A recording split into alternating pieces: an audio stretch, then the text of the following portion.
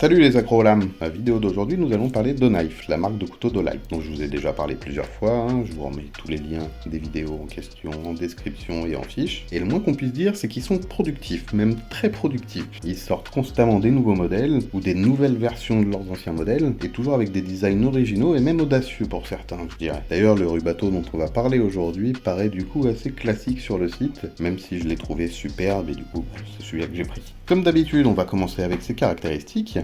On a une longueur totale de 20,5 cm, une longueur fermée de 11,8 cm, une longueur de lame de 8,7 cm, une épaisseur de 3 mm, le tout pour un poids de 102 g.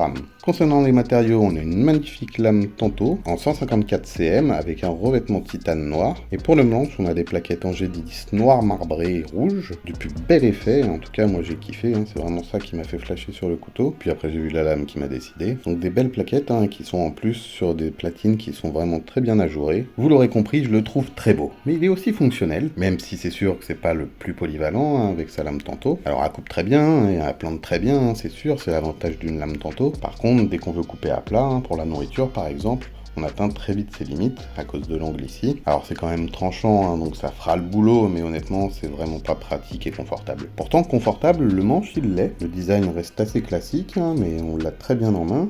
On a une petite garde en plus qui permet vraiment, pour travailler en force, de sécuriser le doigt. Malgré l'effet un peu laqué, il glisse pas du tout. Donc même si en effet c'est pas le plus polyvalent, il sera se rendre pratique dans beaucoup de tâches. Et pour le quotidien, honnêtement, il fait très très bien le boulot. D'autant plus que l'ouverture et la fermeture sont vraiment top. L'ouverture se fait par Sunstead.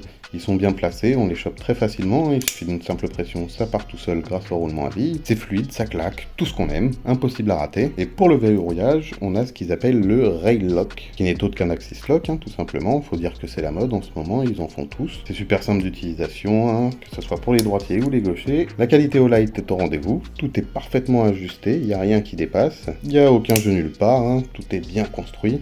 La lame est parfaitement centrée. On a un clip qui permet un port assez discret et dont les petites vis sont complètement fondues dans le manche. Petit détail que j'apprécie. Et bien sûr, on a un petit trou pour la dragonne. Donc pour moi, que des points positifs.